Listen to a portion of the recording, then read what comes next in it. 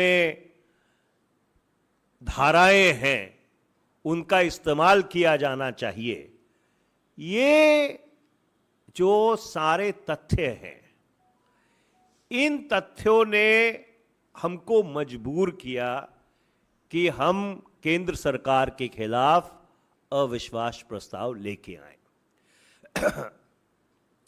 हम ये क्यों मांग कर रहे थे, निरंतर और लगातार हम ये क्यों मांग कर रहे थे कि प्रधानमंत्री जी को दोनों सदनों के समक्ष आकर एक विस्तृत ब्यौरा देना चाहिए कि मणिपुर में जो परिस्थिति है वो इस मकाम पर क्यों पहुंची। और उसका सीधा सीधा कारण ये है कि ऐसे बहुत सारे सवाल हैं जिन सवालों का जवाब सिर्फ सरकार का शीर्ष नेतृत्व दे सकता है। गृह मंत्री ने जो सदन में, राज्यसभा में नेता प्रतिपक्ष हैं और माननीय कांग्रेस पार्टी के अध्यक्ष श्री मल्लिकार्जुन खड़गे जी हैं, उनको खत लिखा जो सार्वजनिक हुआ। लोकसभा में जो विपक्ष के नेता हैं श्री अधीर रंजन चौधरी, उनको खत लिखा जो भी सार्वजनिक किया गया। और सरकार ने ये कहा कि हम चर्चा करने के लिए तैयार हैं। तो हम सरकार से निरंतर और लगातार ये पूछते रहे कि अगर आप चर्चा के लिए तैयार हैं और प्रधानमंत्री इस बात को सदन के बाहर कह चुके हैं कि मणिपुर की जो घटनाएं हैं वो शर्मनाक हैं, उससे सभी 140 करोड़ देशवासियों का जो सर है वो शर्म से झुकता है, तो उनको सदन में आके बयान देने में क्या हिचकिचाहट है, क्या संकोच है। और यही कारण है कि भारत के उत्तर पूर्व की जो बहुत ही संवेदनशील परिस्थिति है, सरहद के राज्य हैं, पड़ोसी देश लगते हैं, उन राज्यों के साथ वहाँ पे अस्थिरता अगर फैलती है तो उसके दूरगामी राष्ट्रीय सुरक्षा के ऊपर नकारात्मक प्रभाव पड़ते हैं। और ये कारण है कि हम लोग चाहते थे और अभी भी चाहते हैं कि प्रधानमंत्री को इस अविश्वास प्रस्ताव का विस्तृत जवाब देना चाहिए। आज हमारी आपके माध्यम से मांग क्या है? आपके माध्यम से हमारी ये मांग है कि नियमावली के अनुसार लोकसभा अध्यक्ष के अधिकार क्षेत्र में ये बात है कि जब अविश्वास प्रस्ताव को मंजूर कर लिया जाता है उसके 10 दिन में सदन में उसके ऊपर चर्चा हो सकती है। पर मर्यादा और परंपरा ये रही है, लोकसभा की मर्यादा और परंपरा ये रही है कि जब भी ऐसा अविश्वास प्रस्ताव आता है और विपक्ष की तरफ से ये कहा जाता है कि सरकार में या ये सरकार इस सदन का विश्वास खो बैठी है, तो बाकी सारे कामों को शिथिल करते हुए, बाकी सारे कामकाज को शिथिल करते हुए लोकसभा अध्यक्ष को प्राथमिकता के ऊपर कल ही इस अविश्वास प्रस्ताव के ऊपर चर्चा आरंभ करनी चाहिए। यह हमारी मांग है, क्योंकि जब सदन के समक्ष ये बात रखी जाती है और 100 से अधिक सांसद उठ के उसका अनुमोदन करते हैं कि हमारा सरकार में विश्वास नहीं है, तो और कोई कामकाज चले और कोई जो विधेयक हैं वो पारित हो या और कोई सदन की कार्रवाई हो, वो हमारे लिहाज से पूरी तरह से अनुचित है। और इसलिए हमारी दो टूक इंडिया की जो घटक दल है इंडिया के, उनकी सामूहिक मांग है कि बाकी सारे कामकाज को एक तरफ रखते हुए कल ही इस अविश्वास प्रस्ताव के ऊपर प्राथमिकता के ऊपर पे चर्चा होनी चाहिए। मुझे लगता है कि हमने ये कोशिश की है कि हमारी जो मंशा थी, जो हमारी मजबूरी थी कि हमको क्यों यह अविश्वास प्रस्ताव लाना पड़ा, उसका पूरा ब्यौरा हमने आपके समक्ष रखा है। अगर आप चाहते हैं कि इसका उल्लेख मैं अंग्रेजी में भी करूं तो मैं इसको अंग्रेजी में दोहराने के लिए तैयार हूं, नहीं तो हाँ सिद्धार्थ जी, मैं इसको संक्षेप में अंग्रेजी में दोहरा देता हूं। First and foremost, we would like to point out that this no confidence motion, which has been moved under Rule 198 of the Rules of Procedure and Conduct of Business in the Lok Sabha, is not of the Indian National Congress alone. It is a no confidence motion which has been collectively and jointly moved by all the constituents of India. I would like to reiterate that this no confidence motion has been moved by all the constituents of India collectively, severally, and jointly. Number two, it is important to underscore the reasons as to why it was considered imperative to move this no confidence motion. And the reason for that is extremely explicit. The situation in Manipur is extremely disturbing. For the past over 80 days now, the things in Manipur have continued to deteriorate. There is a clear ethnic divide in the state. Law and order has completely collapsed. The constitutional instrumentalities which are available to the governor in order to restore the majesty of the rule of law have not been exercised in this particular matter. And these are issues which require answers and accountability from the apex level of the government.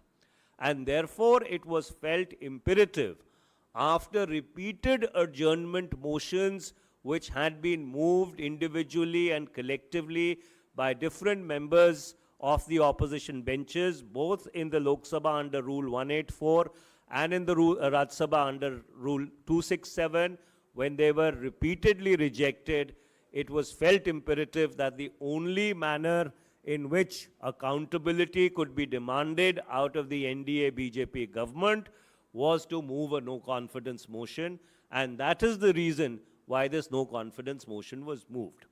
Now, what is our next demand? Rule 198A stipulates that once a no confidence motion has been accepted, it is at the discretion of the Speaker to schedule a vote on it, preceded by a discussion within 10 days of its acceptance. We have absolutely no quibble with the discretion of the Speaker. However, I would like to caveat it by saying that the traditions of the House have been that when a no confidence motion against the Council of Ministers is moved in the Lok Sabha, all other work is kept in abeyance and this motion is taken up on priority. So therefore, if any legislative business is taken up in the Lok Sabha or in the Rajya Sabha, when a no confidence motion has been accepted and is pending, would be against the norms of propriety. Therefore, we would like to demand on behalf of India that this no confidence motion should be taken up for discussion tomorrow and it should be voted upon at the earliest. This, in brief, are the reasons why we felt it necessary to move this no confidence motion, and why we feel that it is absolutely urgent that it must be taken up for discussion tomorrow itself. Thank you very much. If there are any questions, I would be more than willing to answer it. Sir आप लोग sir आप लोग लेके आ रहे हैं अविश्वास प्रस्ताव, लोकसभा अध्यक्ष ने जो है एक्सेप्ट तो कर लिया है, लेकिन नंबर्स की बात है, नंबर्स आप लोगों के पास नहीं है, तो जाहिर सी बात है डिस्कशन ही होगी, लेकिन जब आएगी बात डिवीज़न की और बात आएगी बहुमत की तो गिर जाएगा। तो इसके पीछे ये बात भी आप लोगों ने कंसिडर की है क्या, एक राजनीतिक सेटबैक भी नंबर्स के हिसाब से लगेगा? और दूसरी बात ये कि जब अविश्वास प्रस्ताव आप लोगों का जो है एक्सेप्ट हो गया है, और अगर लोकसभा अध्यक्ष आगे कोई डेट देते हैं, जैसे आप कह रहे हैं 10 दिन में कभी के अंदर चर्चा होनी चाहिए, आगे की डेट देते हैं, तो क्या तब तक विपक्ष सुचारू रूप से जो काम चल रहा है, जो स्टेलमेट अभी है, जो लॉकजाम है, क्या वो जो है वो खत्म हो जाएगा? देखिए, सवाल नंबर्स का नहीं है, सवाल नैतिकता का है। तू इधर उधर की ना बात कर, ये बता काफिला क्यों लुटा, मुझे रहजनों से गर्ज नहीं तेरी रहबरी का सवाल है। और मैं बताऊं काफिला क्यों लुटा, तेरा रहजनों से है वास्ता, मुझे रहजनों पे गिला नहीं तेरी रहबरी पे मलाल है। सवाल ये है, बुनियादी सवाल ये है कि जवाबदारी किसकी है, जिम्मेवारी किसकी है। और जब सदन में इसके ऊपर डिवीजन होगा तो ये पता लगेगा कि नैतिकता की कसौटी पर मणिपुर में जो अत्याचार हुआ है, जो वहाँ पे बर्बरता की घटनाएं हुई हैं, जो वहाँ पे कॉन्स्टिट्यूशनल ब्रेकडाउन हुआ है, उस पे कौन व्यक्ति कहाँ खड़ा है। सवाल राष्ट्र की सुरक्षा का है, सवाल राष्ट्र की प्रभुसत्ता का है। तो इसलिए सवाल नंबर्स का नहीं है, सवाल ये है कि जैसे मैंने पहले कहा कि अगर उत्तर पूर्व में जो एक संवेदनशील भारत का इलाका है और जिसको 1947 से लेकर आज तक हर भारत की सरकार ने कोशिश किया है कि भावनात्मक तौर पे, भौगोलिक तौर पर और हर तरीके से उसको भारत के साथ जितना ज़्यादा जोड़ा जा सके, शामिल किया जा सके, उतना शामिल करने की कोशिश की है। Every government has walked the extra mile in order to emotionally and otherwise integrate the Northeast into India, and therefore, if the stability of the Northeast gets disturbed, if atrocities of the kind that we have seen get committed in that state, it becomes incumbent on every member of parliament then to take a personal position on that issue. I think that is what this no confidence actually demonstrates. Manish ji, मेरा सवाल है, इस वक्त जब आप press conference कर रहे हैं, अभी तक ये तय नहीं किया है स्पीकर ने कि नो कॉन्फिडेंस पे कब चर्चा होगी। सरकार ये दिखाना चाहती है बिजनेस एज यूजुअल, ये चर्चा हो रही है कि दिल्ली के ऑर्डिनेंस को लोकसभा में लेके आया जा सकता है। ट्रेडिशन ये रहा है कि नो कॉन्फिडेंस एक्सेप्ट होने के तुरंत बाद चर्चा होती है। तो अगर ऐसे में दिल्ली के अध्यादेश को लाया जाता है, क्या आपको लगता है कि जो चेयर है उसको तुरंत डिसाइड करना चाहिए कि ऑर्डिनेंस दिल्ली का आए, उससे पहले नो कॉन्फिडेंस के ऊपर चर्चा हो? देखिए, यही सवाल सिद्धार्थ जी ने भी पूछा था और आपने भी उसको दोहराया है। मैं आपका धन्यवाद करना चाहता हूं कि इसके ऊपर आगे रणनीति क्या होगी वो तो जब इंडिया की बैठक होगी तो उसमें तय किया जाएगा कि आगे की रणनीति क्या है। पर जो परंपरा है कि एक बार अगर 100 सांसदों ने खड़ा होकर ये कह दिया या 100 से ज़्यादा सांसदों ने खड़े होकर ये कहा कि हमारा सरकार में विश्वास नहीं है, तो क्या नैतिकता का तकाजा ये कहता है कि उसको दरकिनार करते हुए, उसको एक तरफ रखते हुए सदन को चलाने की कोशिश की जाए, उसमें जो विधेयक है या रेगुलर बिजनेस है उसको चलाया जाए, हमारे हिसाब से तो ये पूरी तरह से अनुचित है।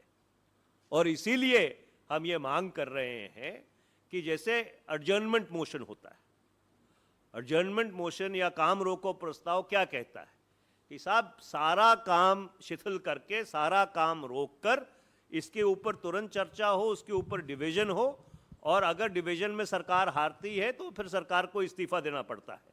ये तो एडजर्नमेंट मोशन से एक कदम आगे है, ये तो अविश्वास प्रस्ताव है, नो कॉन्फिडेंस मोशन है।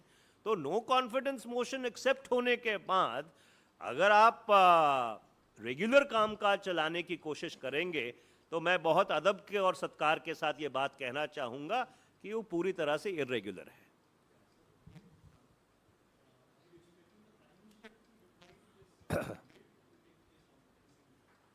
Well, if I read the motion correctly, it says that this House expresses lack of confidence in the Council of Ministers. The Council of Ministers is headed by the Prime Minister. Obviously, every vote of no confidence, it has been replied to by the concerned Prime Minister, now going back to 1952, whenever a no confidence motion has been brought. So when there is a no confidence motion expressing lack of confidence in the Council of Ministers, who else but the Prime Minister should reply to it? Because he is the first among equals. He is the Prime Minister. That's why he's called Prime Minister. Ji sir, Congress के साथ India गठबंधन के साथ अलावा BRS ने भी no confidence motion का notice दिया है। बीआरएस को आप लोग बीते काफी समय से बीजेपी के साथ जोड़ते रहे हैं, तो बीआरएस की ये जो रणनीति है इसको कांग्रेस और इंडिया अलायंस कैसे देखती है?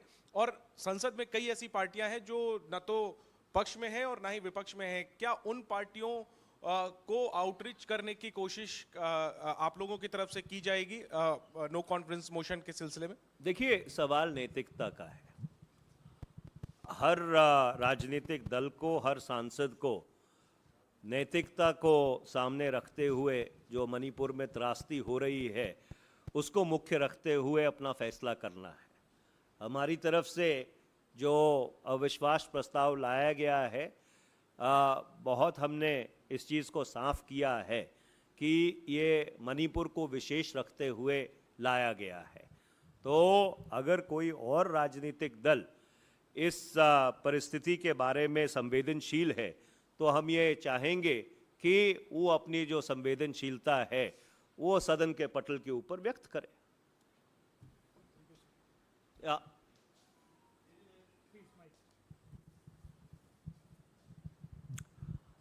Sir, Delhi. Ma'am, we've not met. Could you identify yourself? Times of India. I see. What's your good name? Niyamika. Sir, Delhi ordinance will also be discussed in the parliament on Monday. So, as the Congress party has already made its stand clear that we are not going to support it, but we have also seen certain statements coming from the Punjab Congress leaders as they are not really accepting it. What is your stand on that, sir?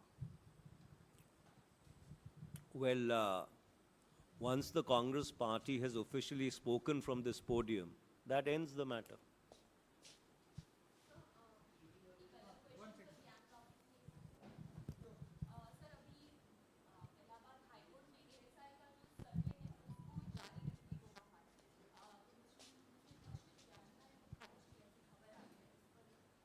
देखिए, मुझे इसके बारे में जानकारी नहीं है, क्योंकि आप खुद कह रही हैं कि ऐसी खबर आ रही है। इसको हम संज्ञान में लेकर जो भी इलाहाबाद हाई कोर्ट का फैसला है उसके ऊपर अगर प्रतिक्रिया कोई बनती होगी तो ज़रूर आपके समक्ष रखेंगे। धन्यवाद। सरकार सुप्रीम कोर्ट गई है, उसको किस तरह से देखते हैं, जबकि कोर्ट ने ये कह दिया था कि 30 जुलाई तक जब तक उनका कार्यकाल है हटा दिया जाए?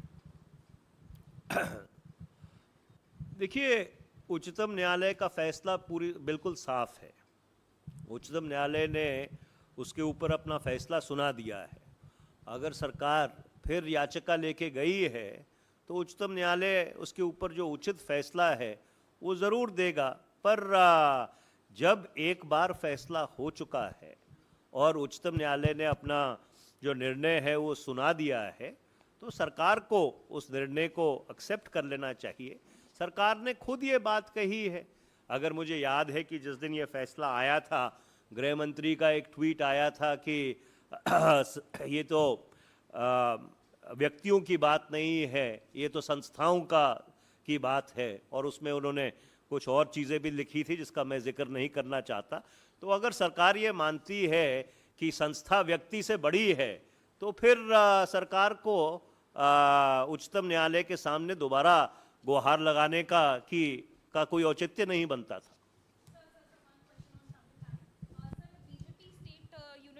BJP state unit chief has submitted a memorandum to the governor of Tamil Nadu, as he has alleged that many of the DMK leaders have committed scams, and corruption charges are also being there of rupees 5,600 crore, and he has sought an intervention on the part of governor on this.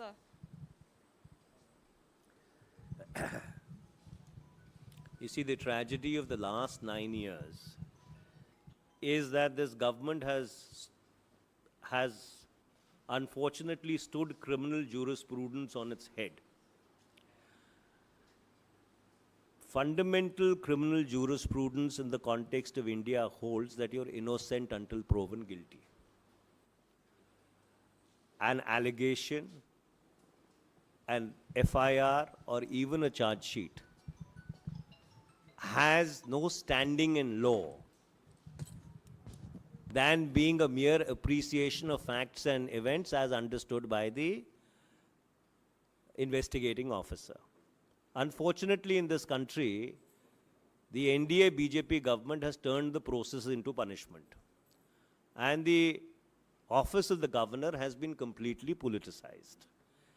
In fact, with the 2024 elections approaching, these are certain systemic issues which require very serious attention, and I'm sure at some point in time the India Alliance would apply itself to these very, very grave challenges which have crept up in our constitutional firmament. Thank you.